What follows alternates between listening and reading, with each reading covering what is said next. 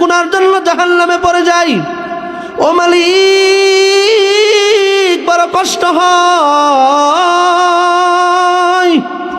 আল্লাহ তাআলা বলবেন, হাবিব, আপনার নাম তো আমি শাফিউল মুজনিমিন বানাইছি, অর্থাৎ কিয়ামতের ময়দানে অপরাধীদের জন্য আপনি সুপারিশ করবেন। সুবহানাল্লাহ বলেন, আরো জোরে বলেন সুবহানাল্লাহ।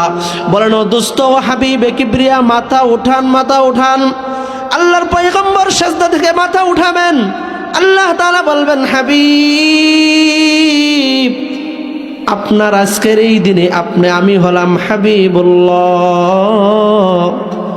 আর আপনি হলেন আমার বন্ধু মুহাম্মদুর রাসূলুল্লাহ।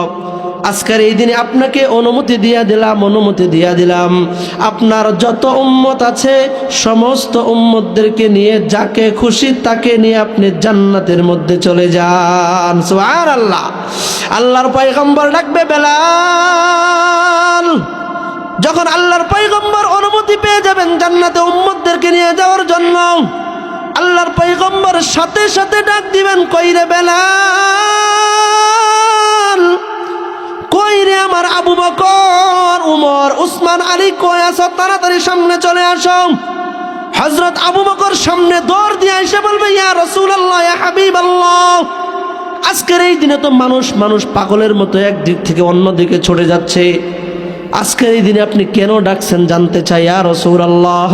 আল্লাহর পয়গম্বর বলেন, আবু বকর, তুমি জাহান্নামের একটা দরজার মধ্যে গিয়ে দাঁড়ায় যাও। হযরত উমর, তুমি জাহান্নামের একটা দরজার মধ্যে গিয়ে দাঁড়ায় যাও। আলী, উসমান, বেলাল, তোমরা সকলেই জাহান্নামের একটা দরজার মধ্যে গিয়ে দাঁড়ায় যাও। তারা বলে, ইয়া রাসূলুল্লাহ, জাহান্নামের দরজার মধ্যে দাঁড়াইলে কি হবে?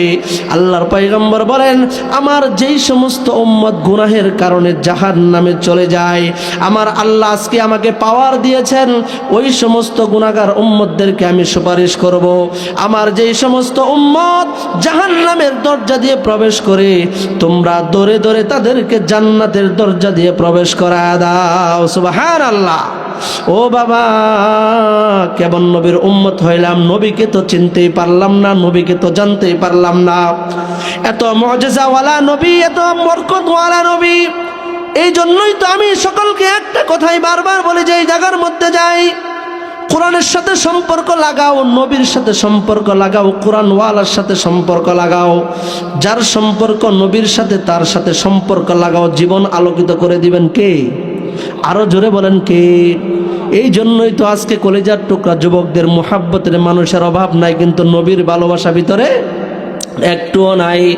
মা বোনদের মুহাব্বতের ভালোবাসার মানুষের অভাব নাই, নবীর ভালোবাসা নাই। আল্লাহর পয়গম্বর এমন মুআজিজাওয়ালা নবী, এমন বরকতওয়ালা নবী। হযরত সালমান ফারসি রাদিয়াল্লাহু তাআলা আনহু একদিন মলিন চেহারা নিয়ে নবীর দরবারে এসে উপস্থিত হয়ে গেলেন। আল্লাহর পয়গম্বর বলেন, সালমান, তোমার চেহারাটা তো মলিন দেখা যায় কেন, জানতে চাই। হযরত সালমান ফারসি বলে, ইয়া রাসূলুল্লাহ, ইয়া হাবিবাল্লাহ, ওগো আল্লাহর পয়গম্বর, আমি তো একজন দাস, কৃতদাস, আমার একজন মালিক আছে, তার গোলাম আমি যখন আপনার কাছে আসি, আমি যাওয়ার পরে সে আমাকে মার দেয়, ধমক দেয়, আর বলে, তোমার মালিক মুহাম্মদকে বলো যেন আমার কাছ থেকে তোমারে কিনে নিয়ে যায়, না হয় মুহাম্মদের কাছে তুমি যাইতে পারবা না। ইয়া রাসূলুল্লাহ, ইয়া হাবিবাল্লাহ, আমার জীবন আমি চাই না, আমি টাকা পয়সা ধন সম্পদ কোনো কিছু চাই না, শুধু আপনাকে চাই। আল্লাহু আকবার বলেন। হযরত সালমান ফারসি বলে, ইয়া রাসূলুল্লাহ, ইয়া হাবিবাল্লাহ, আমার মালিক বারবার আমাকে বলে, মুহাম্মদের দরবারে তোমাকে যেতে দেওয়া হবে না, তোমার মুহাম্মদকে বলো আমার কাছ থেকে তোমারে কিনে নিয়ে যাইতে। আল্লাহর পয়গম্বর বলেন, সালমান, তোমার মালিককে গিয়ে বলো কত টাকা হলে তোমাকে আমার কাছে বিক্রি করবে, তোমার মালিকের কাছে গিয়ে কথা বলো। হযরত সালমান ফারসি রাদিয়াল্লাহু তাআলা আনহু গিয়া তার মালিকের কাছে বলেন, ও মালিক, মুহাম্মদুর রাসূলুল্লাহ বলেছেন আমাকে কত হলে আপনি বিক্রি করবেন।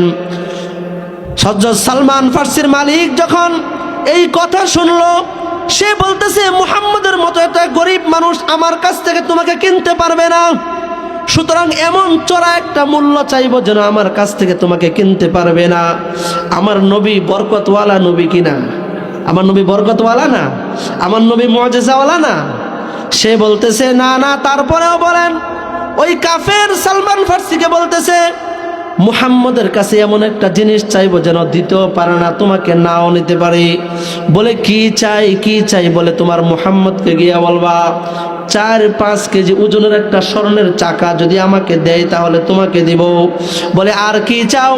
বলে আমার বিশাল বড় একটা ক্ষেত আছে, ওই ক্ষেতের মধ্যে যদি মুহাম্মদে 100 খেজুরের গাছ লাগাইতে হবে, এমন খেজুরের গাছ লাগাইবো যেই সমস্ত খেজুর 1 বছরের মধ্যে চারা বড় হয়ে খেজুর দিবে, এমন খেজুর যদি গাছ লাগাই তাহলে তুমি সালমানকে আমি মুহাম্মদের কাছে বিক্রি করবো। আল্লাহু আকবার বলেন।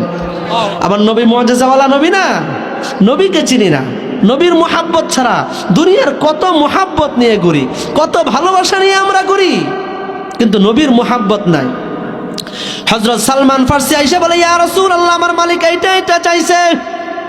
বলে আগামীকালকে তোমার মালিককে বলে দিও আমি উমর এবং তুমি তোমার মালিকের কাছ থেকে তোমার কিনে নিয়ে আসবো। আল্লাহু আকবার বলেন। পরের দিন আল্লাহর পয়গম্বর হযরত উমর, সালমান ফার্সি 3 জন মিলে ওই কাফের মালিকের কাছে গিয়ে বলেন, তুমি কি চাও? বলে ইয়া রাসূলুল্লাহ, আমি তো 3-4 কেজি ওজনের একটা স্বর্ণের চাকা চাইছি, সালমানকে বিক্রি করব। বলে তোমার পাশ থেকে একটা পাথর লও। ওই কাফের মনে মনে করতেছে মুহাম্মদ কি পাগল হয়ে গেছে? নাউজুবিল্লাহ বলেন। আবার নবী কি পাগল? নবী পাগল ছিলেন? ওই কাফের পাশ থেকে একটা ছোট্ট পাথর আনছে। আল্লাহর পয়গম্বর বলতেছে, পাথরটা তোমার হাতের মধ্যেই রাখো। ওই কাফের নিজের হাতের মধ্যে পাথরটা রাখলো। রাখার পরে আল্লাহর পয়গম্বর মনে মনে কি জানি পড়লো। পরে আল্লাহর পয়গম্বর ফু দিতে দেরি হয়েছে, পাথরটা স্বর্ণ হয়ে যাইতে দেরি করে না। সুবহানাল্লাহ। ওই কাফের সালমান ফার্সির কানে কানে বলতেছে, সালমান, কি ভুল করলাম, কি ভুল করলাম, কি ভুল করলাম? মুহাম্মদের ফুর কারণে যদি এই পাথরটা স্বর্ণ হয়ে যায় আমি জানতে পারতাম। এই ছোট পাথর আবার কে একটু বড় পাথরই না আমি ধরতাম। সুবহানাল্লাহ বলেন। এখন আফসোস করতেছে মুহাম্মদুর রাসূলুল্লাহ। বলেন আর কি চাই? বলে মুহাম্মদ, আরেকটা শর্ত হলো 100 খেজুরের চারা লাগাইতে হবে। শর্ত হলো 1 বছরের মধ্যে চারা বড় হয়ে খেজুর দিবে।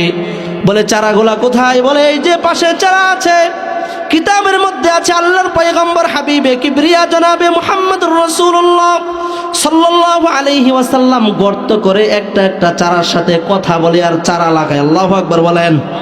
নবীজি চারার সাথে কথা বলে, খেজুরের চারার সাথে কথা বলে আর চারা লাগায়। চারা লাগায় আল্লাহর পয়গম্বর সালমান ফার্সিকে কিনে নবীজি আজাদ করে দিলেন। বলে সালমান তুমি মুক্ত। 1 বছর পরে ওই কাফের খেজুর নিয়ে আল্লাহ নবী সাল্লাল্লাহু আলাইহি ওয়াসাল্লামের দরবারে হাজির হয়ে গেছে। সুবহানাল্লাহ বলেন।